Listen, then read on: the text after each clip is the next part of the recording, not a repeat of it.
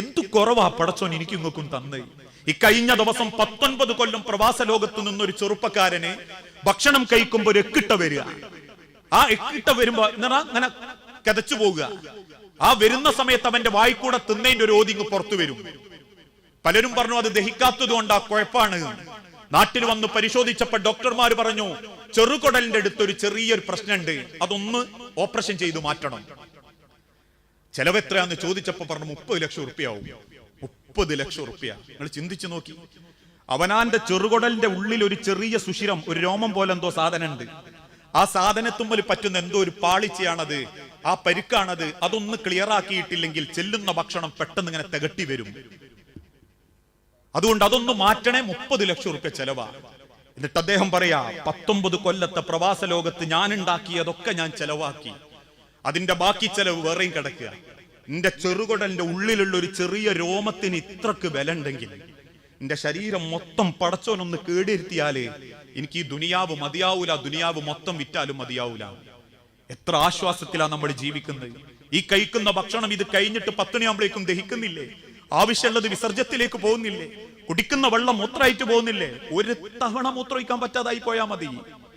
ഒരു തവണ ഇരുന്നിട്ടൊന്ന് പോവാതിരുന്നാ മതി. അതോടെ തീരും പവർ. തരാനുള്ളതും നൽകാനുള്ളതും ഒക്കെ പടച്ചോൻ വാരിക്കോരി തരുമ്പോ ആ അള്ളാനെ ഒന്ന് തിരിച്ചറിയാൻ, ആ പടച്ചോനെ ഒന്ന് സ്നേഹിക്കാൻ, ആ റബ്ബ് കാണിച്ചു തന്ന വഴിയൊന്ന് തെരഞ്ഞെടുക്കാൻ, ആ അള്ളാഹു ഉണ്ടാവും അവസാനം എന്ന് ലോകത്ത് സർവരും രേഖപ്പെടുത്തുന്നതാ. ഏതൊക്കെ എന്തൊക്കെ ചെയ്തു കൂട്ടിയാലും ഐസിയുവിന്റെ ഉള്ളിലേക്ക് IICU ആയിട്ട് പുറത്ത് കാത്തിരിക്കുമ്പോ വാതിൽ തുറന്ന് വെപ്രാളത്തോടെ കൈത്ത് നെട്ടുന്ന കുടുംബക്കാരോട് അകത്തുള്ള ഡോക്ടർമാർ പറയലെന്താ, ഞങ്ങളെ കൊണ്ടാകുന്നത് നോക്കും, ബാക്കി ദൈവത്തിന്റെ അടുത്താങ്ങൾ ദൈവത്തിന്റെ നേരെ കൈ നീട്ടിക്കോ. ആ പടച്ചോൻ നമ്മളെ കാത്തിരിക്കുന്ന മാസ റമദാൻ നഷ്ടപ്പെടുത്തരുത്. ഒരു റമദാൻ ഒരു പക്ഷേ അവസാനത്തെ റമദാനാവാം, അടുത്ത റമദാനിൽ നമ്മൾ ഉണ്ടായിക്കൊള്ളണമെന്നില്ല. ഇങ്ങനത്തെ പരിശുദ്ധ റമദാനുകളൊക്കെ അല്ലാഹു തആല നമ്മളിൽ നിന്ന് സ്വീകരിക്കണമെങ്കിൽ എന്തു വേണം? നമ്മളെ വീടും നമ്മളുടെ ജീവിത രീതികളൊക്കെ ഒരു മാറ്റം വരുത്തിയാൽ മതിയോ? സുബഹിക്ക് മുൻപ് എഴുന്നേറ്റ് തിന്നുക, മഗ്‌രിബിന് ശേഷം തുറക്കുക, എന്നാ പിന്നെ പടച്ചോൻ അങ്ങ് സ്വീകരിക്കുന്നതാണോ? അല്ല. റമദാൻ അല്ലാഹു സ്വീകരിക്കണമെങ്കിൽ ഇല്ലാമൻ അത്തല്ലാഹ ബിഖൽബിൻ സലീം, കുറ്റമറ്റ മനസ്സുമായി ജീവിതവുമായി അല്ലാഹുവിന്റെ അരികിലേക്ക് ചെല്ലണം.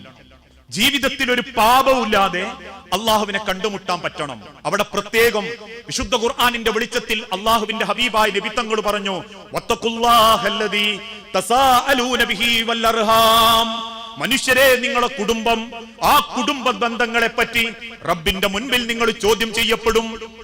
ആ ബന്ധം നിങ്ങൾ നന്നാക്കണം. നിങ്ങൾക്ക് അല്ലാഹ് നൽകുന്ന ഓരോ ബന്ധങ്ങളും ആ റബ്ബിന്റെ തീരുമാനമാ. കാരക്കുന്നത്തെ നന്മണ്ടയിലെ അബ്ദുറഹ്മാൻ മറ്റൊരു നാട്ടുകാരിയായ ഒരു പെണ്ണിനെ കല്യാണം കഴിച്ച് ഒരു രാത്രി ബന്ധപ്പെട്ടപ്പം ഉണ്ടായ മുതലല്ല ഞാൻ, എന്നെ റബ്ബ് തീരുമാനിച്ചതാ.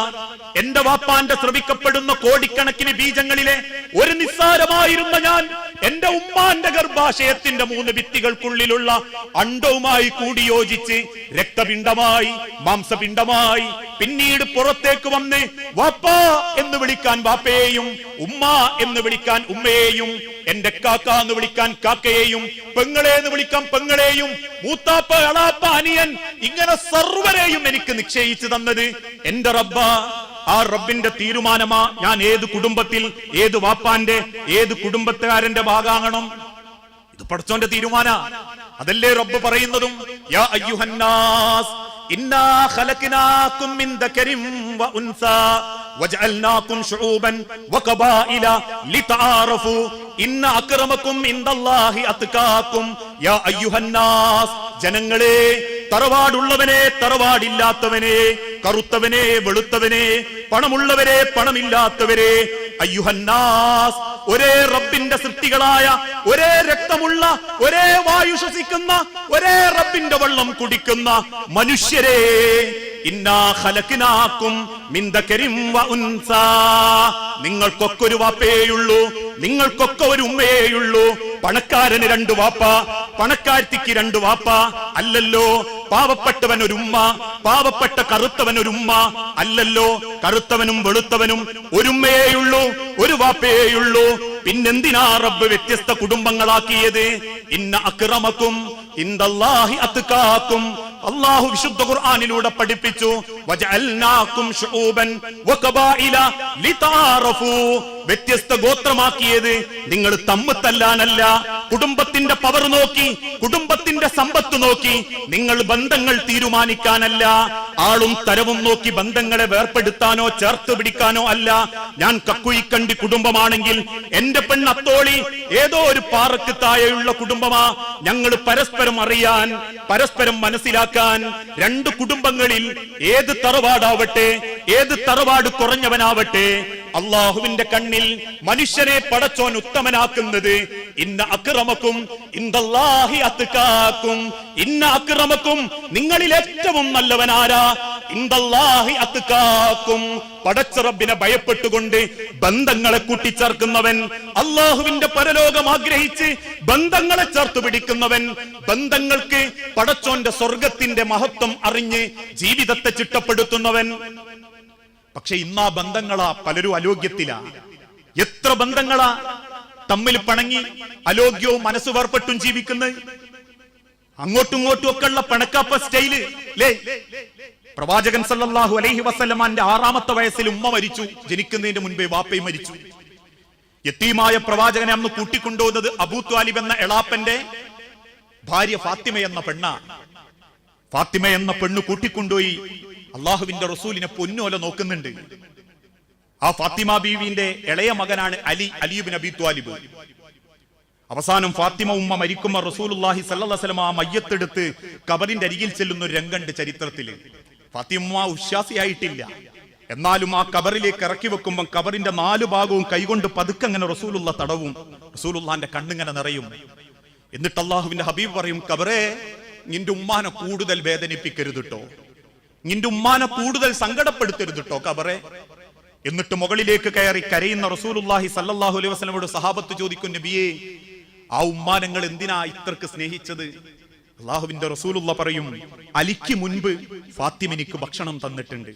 അലിയെ താരാട്ട് പാടുന്നതിന്റെ മുൻപ് ഫാത്തിമ ഉമ്മ എന്നെ താരാട്ട് പാടി ഉറക്കിയിട്ടുണ്ട്. അലിയെ മടിയിൽ കിടത്തുന്നതിന്റെ മുൻപ് ആ മടിയിൽ എനിക്ക് ആ ഉമ്മ സ്ഥാനം തന്നിട്ടുണ്ട്. അതൊരു ബന്ധ, രക്തബന്ധം അല്ലാതിരുന്നിട്ട് കൂടി അള്ളാഹുവിന്റെ റസൂലുള്ളാഹി സല്ലല്ലാഹു അലൈഹി വസല്ലമ കൊടുക്കുന്ന ഒരു ബന്ധം. ഇന്ന് അതേ പ്രവാചകന്റെ അനിയകൾക്ക് ഏട്ടൻ അനിയനെ കണ്ടൂടാ, അനിയൻ ഏട്ടനെ കണ്ടൂടാ, ഏട്ടന്റെ ഒക്കെ അനിയന്റെ ഓളെ കണ്ടൂടാ, അനിയന്റെ ഒക്കെ ഏട്ടന്റെ ഓളെ കണ്ടൂടാ, നാത്തൂമാർക്ക് ആങ്ങളന്റെ ഓളെ കണ്ടൂടാ, ആങ്ങളന്റെ ഒക്കെ നാത്തൂമാരെ കണ്ണെടുത്താ കണ്ടൂടാ. ഇതൊക്കെ ഇപ്പൊ ഒരു ഫാഷനാ. എത്ര കുടുംബക്കാരാ പിണങ്ങി ജീവിക്കുന്നത്, തമ്മിൽ ലോകിയല്ലാതെ മിണ്ടാതെ. അതിന്റെ ഇടക്ക് ഹജ്ജിന് പോകുന്നുണ്ട്, ഉംറക്ക് പോകുന്നുണ്ട്. ഈ പൊരുത്തം വാങ്ങലൊക്കെ ഇപ്പം വാട്സപ്പ് ആയതുകൊണ്ട് ഒരു സുഖ, ഒരു മെസ്സേജ് ഇട്ടാ മതി. അപ്പൊ അങ്ങനെയാണല്ലോ, ഒരാൾ മരിച്ചാ പോലും ഇന്നായില്ലേ റാജീവനും പോസ്റ്റാ, ഇമോജിയാ. നല്ല ഉണ്ടോ നോക്കിയിട്ട് നാവുകൊണ്ട് ഒരു മനുഷ്യൻ പറയണില്ല ഉണ്ടോ.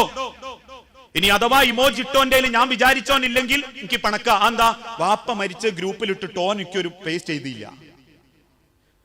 മനസ്സ് തുറന്നിട്ട് പടച്ചോനോട് പറയാ, ഇന്നാ ലില്ലാഹി വ ഇന്നാ ഇലൈഹി റാജിഊൻ, ഇനി കൊണ്ടുപോയതാ റബ്ബേ. ഇപ്പൊ അങ്ങനെയാ യാത്ര പറയുന്നോലൊക്കെ ഓരോരുത്തരും വാട്സപ്പിലിടും. ആരെയും നേരിൽ കണ്ട് സംസാരിക്കാൻ പറ്റാത്തത് കൊണ്ട് ഈ പ്രാവശ്യത്തെ ഹജ്ജിന് എനിക്കും എന്റെ പെണ്ണുങ്ങൾക്കും കിട്ടിയത് കൊണ്ട് ഞങ്ങൾ ഇൻഷാ അല്ലാഹ് അടുത്ത ആഴ്ച പുറപ്പെടുന്നത് കൊണ്ട് എന്തെങ്കിലും വാക്കാലോ പ്രവർത്തിയാലോ ഉണ്ടെങ്കിൽ പൊരുത്തപ്പെട്ടു തരണം. കാടടക്കി ഒരു വെടി. നമ്മളോട് വലിയ കുഴപ്പമില്ലാത്തവനൊക്കെ അടിയിൽ ആമീനിടും. കുഴപ്പമുള്ള മിണ്ടിയില്ല. കിട്ടിയ സന്തോഷത്തിൽ ആൾക്കാർ ഹജ്ജിനും ഉംറക്കും പോവുക. ഇനി അഥവാ പിണക്കുള്ള വീട്ടിൽ തന്നെ കയറി ചെല്ലുമ്പോൾ ഫോൺ വിളിച്ചാൽ പോലും അങ്ങനെയാ. ഞാൻ പറയലുണ്ട്, മോൻ കെട്ടിയ വീട്ടുകാരോടൊക്കെ ഒരു പിണക്കുള്ളവര് നാട്ടുകാരെ പേടിച്ചിട്ട് ഒരു ഫോൺ ചെയ്തിട്ട് പറയും, ഞങ്ങൾക്ക് ഇങ്ങനെ കിട്ടിയിട്ടുണ്ട്, ഞാള് പോവുക ഹജ്ജിന്, നിങ്ങൾക്ക് സൗകര്യം ഉണ്ട് വരുവേണ്ടി. ഇങ്ങനെ പകയും വെറുപ്പും മനസ്സുകൊണ്ടിടക്കുന്ന എത്ര കുടുംബങ്ങൾ ഉണ്ടെന്ന് അറിയും.